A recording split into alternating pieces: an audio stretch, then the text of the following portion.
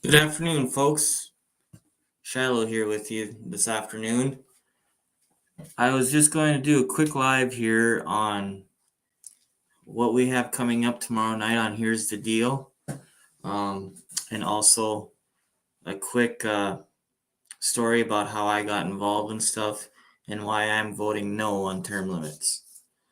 First of all, tomorrow night on Here's the Deal with Luke and Shilo, we will be having the guys from Guns in the 701.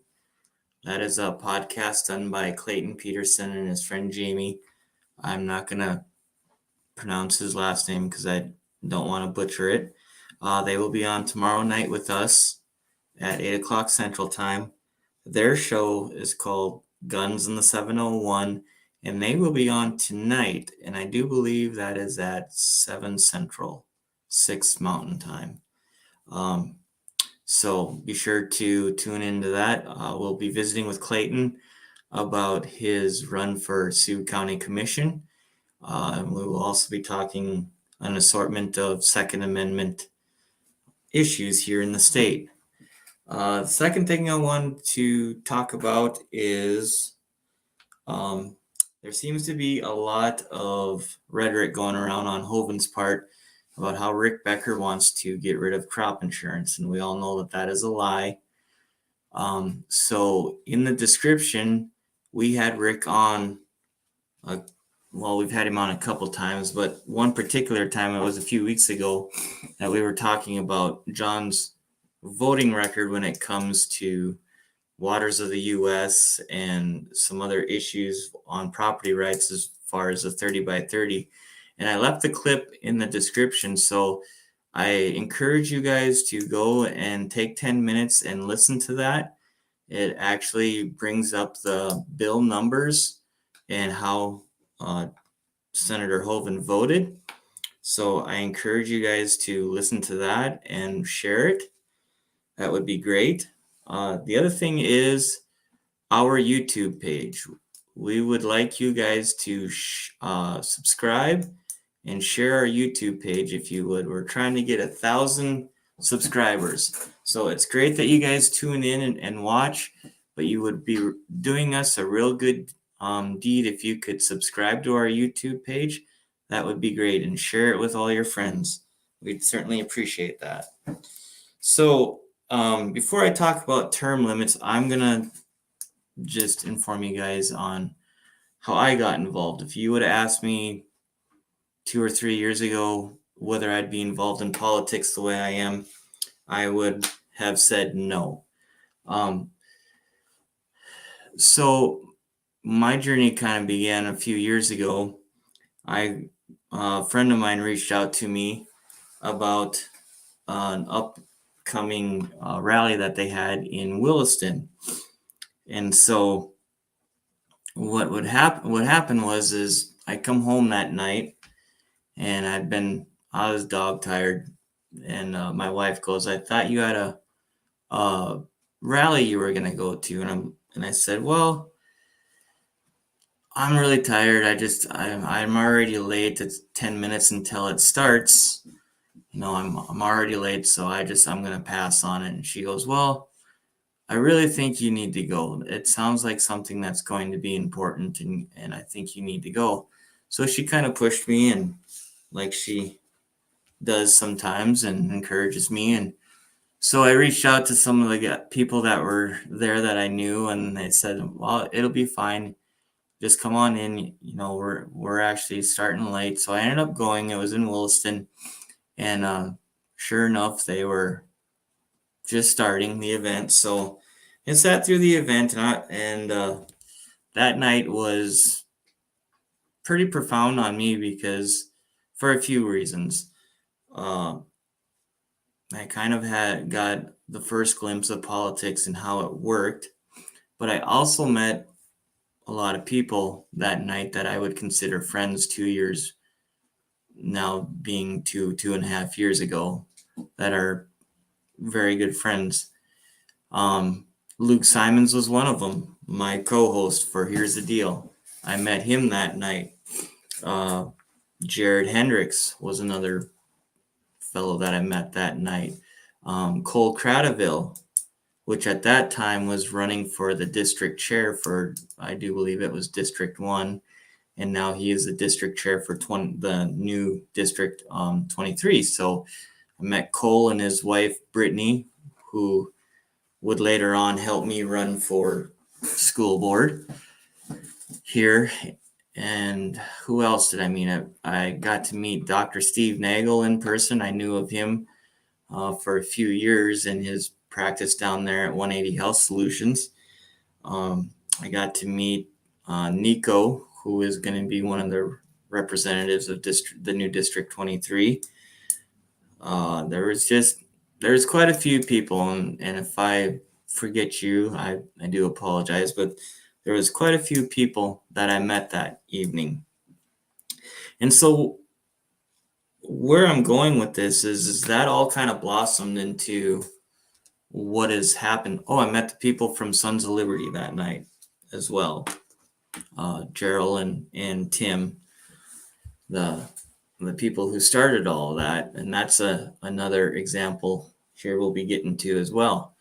So, and it just kind of blossomed that night, I started going to meetings and started listening to what was happening politically. And I ended up, as a lot of you know, joining the Sons of Liberty. It's an organization, as you can see behind me. I have one of the shirts there. This is kind of what we stand for: national pride, Second Amendment, states' rights, voter ID, limited big government, poll watchers, fair media, lower taxes, keep the country open, and close the southern border. So that's just a few of our values, what we stand for. I can tell you that we are not a militia and we are not some radical group. We just are a bunch of people who are tired of the same old as when it comes to politics. We've done a lot of things. We've done a lot of fundraising. We've had marches for the medical personnel here in Tioga. We had a march in front of that facility there when they were mandating the vaccine and masks. We've done a lot in the community, just in Tioga alone, with donating to the wrestling program, and I think the baseball program, and we've donated to the rodeo club, both in White Earth and here in Ray. So we do a lot of things. We've had gun raffles that have helped out, and so we do a lot of things. So why I'm telling all of you this is because I was very torn on the term limits deal, and that's been no secret. I've talked with Luke, and we all know how Luke stands. He is against them too, but I was on the fence for a long time. And then I've got to realize in the past couple of weeks why I'm not going to vote for it. And the reason is I don't believe that it solves the problem. See, the problem in America today is that we've been taught not to talk about politics and religion. I mean, it's a fact. I mean, very few, when you start bringing up politics, people goes, well, I'm not that political. So that's a problem there in itself that I think that we need to remedy. The problem with that is we don't know how to sit down and have a conversation anymore without letting emotions take over. And that's bad. So if we can figure out how we can sit down, take the emotion out of the conversation, and listen to each other, not just speak, but listen to each other and where the other people are coming from, I think we would have a lot better result than what we are now. With that being said, sorry, I had a brain fart, lost my train of thought. With that being said, the reason why I started with my story and how I got involved is because this is what it takes. Are you talking to your neighbor? Rick Becker, I agree with him on one thing. He says, talk to 10 people, you know, just in passing, whatever. Talk to 10 new people. I know I have. Um, I think we need to have those conversations. Sorry, I'm reading comments here. I think we need to have those conversations. Again, we need to get back to being able to talk about this stuff openly.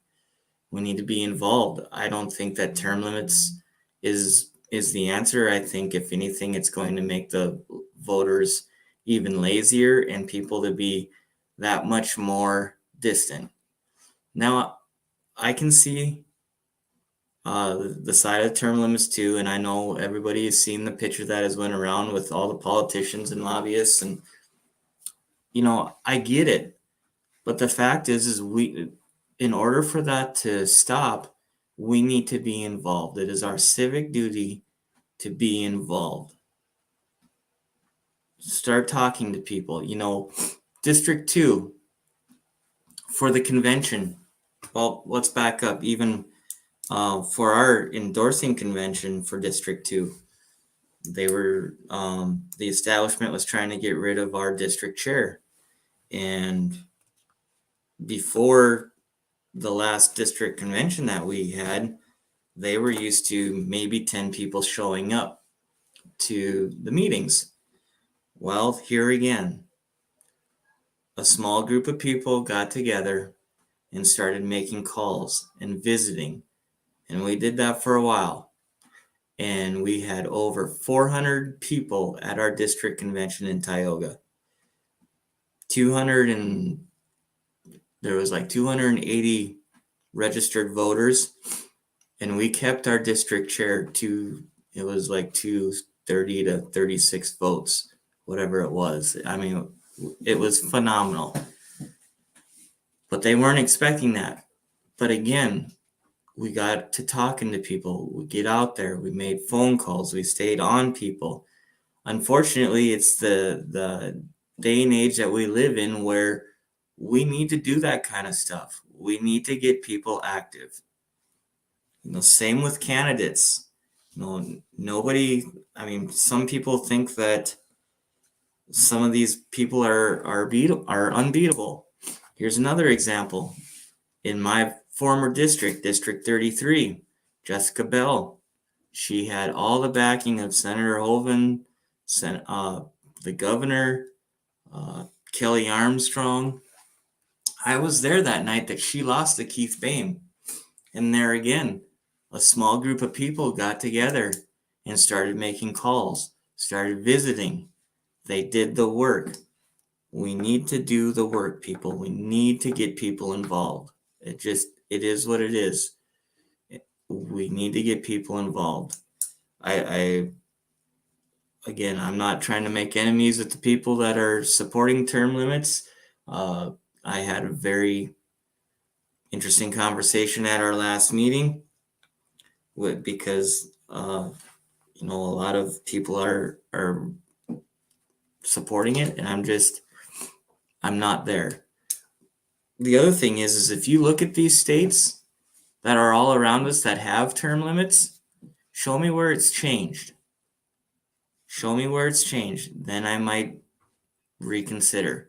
But until you can show me where something has changed, where term limits already is, I'm not there yet. And I think that people need to get off the couch and get involved. Here's another way you can get involved. The next thing you're going to hear about is well, the elections aren't fair. Okay. I'm not going to argue that. But here in my hand, I hold a deal from the Secretary of State on being an election observer. Up until a year ago, I didn't even know that those existed. How many people know that? If you don't think the elections are fair, you can go and be an observer. It doesn't cost anything. You don't have to go through a rigmarole to be one. Go to the Secretary of State's page and you can get the details there. So these are ways that you can get involved. Start talking to people again. Start having those conversations, because this is how we're going to get it turned around, with people getting involved. I full-heartedly believe that. And so I guess that's my spiel on the term limits. There was one more thing I was going to talk to you guys about. And okay, the small groups. We talked about the small groups, like within District 2 and District 33. District 2 also, we made some noise down there at the Republican convention. We had 92 delegates, and we filled all 92 delegates. How did we do that? Again, another small group of people started spreading the word like wildfire. And that's how we got 92 delegates. The other thing is Sons of Liberty. We've got Sons of Liberty. We've got down there in Dickinson, there's the Southwest Patriots Coalition. We've got the Moms of Liberty now starting. There's a chapter over there in Williston that started through the Sons of Liberty when we started our chapter there. There's another group in Minot called We the People. Again, one person started that, and then that's grown into a big group of people as well. The Sons of Liberty started by two guys, Gerald Gorick and Tim Hewer. That they started, and I remember first going, we had barely enough people to have a board to get the club going. And now we have 8 different chapters throughout the state within 2 years. This is how we get things changed. We talk to people. We get people involved. The other thing I hear is, well, people are afraid. Understandably. But again, you're not in this alone. Find like-minded people. When you stand up together and push back, that's how we're going to change this. It's not just one person standing up, and taking the brunt of it. But when we all stand together, we win. I'm sorry. We're going to win. We already have started to, with just a few things that I've mentioned already. With Jessica Bell losing, everybody thought she was unbeatable. She wouldn't be able to be beaten. And there was a small group of people who got that done, and that's a good thing. It needs to keep happening. So let's work together. Let's work together for the common cause. Get out and talk to people. Have those uncomfortable conversations. Take the emotion out of it and have those conversations. And listen. Listen to them why they feel the way they do. That's all I can, that's all I suggest is start talking to people and get out there and spread the word. That's the only way we're going to beat this. So again, I in the comments I left that clip about Senator Hoeven's voting record as it comes to waters of the U.S. and some other legislation that really hurt land ownership. So if you'll take a look at that and spread it around, I'd certainly appreciate it.